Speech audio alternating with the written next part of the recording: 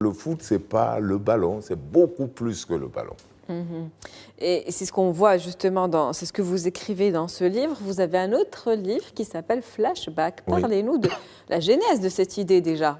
Oui, Flashback, c'est que un journaliste a estimé, un journaliste qui m'a dit, moi j'ai été ramasseur de balles.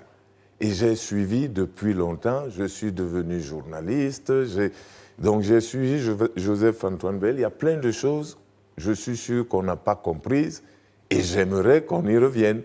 Donc, lui a posé des questions sur ce que les gens auraient mal compris ou prétendaient comprendre pour que je puisse réexpliquer comment ça s'est passé et comment je voyais les choses. Un livre un petit peu sur votre parcours, d'une certaine manière. Voilà, c'est ça. Tel que vous l'avez perçu pour qu'il n'y ait pas d'incompréhension, de malentendu, c'est ça? Mais maintenant, il faut dire la vérité aussi. Les gens, généralement, si vous mettez quelque chose dans un livre, ils vont finir leur vie sans l'avoir lu. Donc tout le monde, ils préfèrent les ragots à la vérité. On est comme ça, c'est d'où le succès des réseaux sociaux aujourd'hui. Parce qu'on ne va plus chez les journaux qui, eux, sont tenus par la déontologie à vérifier les faits qu'ils décrivent ou qu'ils rapportent. On préfère le court-circuit, le raccourci. On va aux réseaux sociaux qui ont remplacé un peu les bars. Et c'est d'où la dangerosité aussi de ces réseaux. Évidemment, évidemment, les réseaux sont si dangereux que là, excusez-moi, mais la compétition au Maroc, elle est polluée par les réseaux.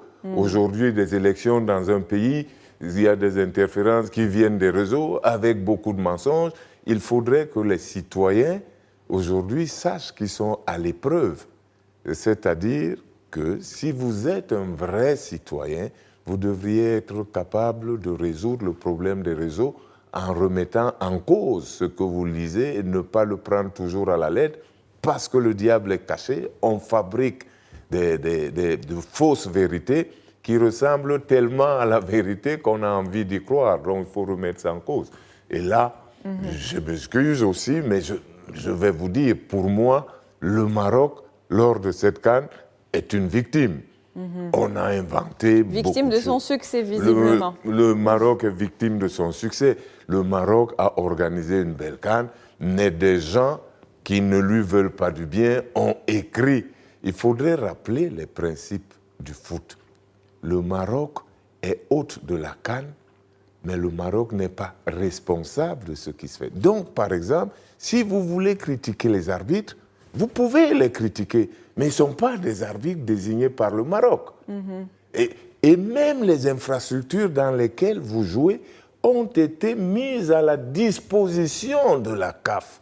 Elles sont construites par le pays hôte, mais mises à la disposition de la CAF qui en est responsable pendant toute la compétition. Donc les critiques qu'on dirige vers le Maroc ne sont pas justifiées.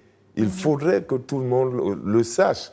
Mais malheureusement, c'est la puissance des réseaux sociaux, c'est la puissance du bar moderne qu'est Internet. En tout cas, je profite de cette parenthèse pour encourager notre équipe le Maroc, pour rappeler à quel point on est fiers de leur parcours et de leur souhaiter de continuer à travailler comme ils le font, parce qu'on a encore des rendez-vous qui nous attendent, dont un mondial. Et que c'est le sport, on peut bien jouer et perdre quand même. Donc, il faut savoir que les Marocains ont fait une belle CAN. Ils ont perdu en finale contre une très bonne équipe du Sénégal. Donc, si on se limite au jeu, il n'y a rien à dire. Les deux équipes, on le savait, comme par hasard. Vous l'avez écrit d'ailleurs. Voilà. Les deux équipes sont très expérimentées. Voilà. On le rappelle, le Maroc est arrivé en demi-finale de la Coupe du Monde. Et ça, ce n'est pas un résultat qui arrive au hasard. C'est le fruit d'un effort et de beaucoup de persévérance et de rigueur et de tout cet esprit combatif dont on parlait depuis tout à l'heure, justement.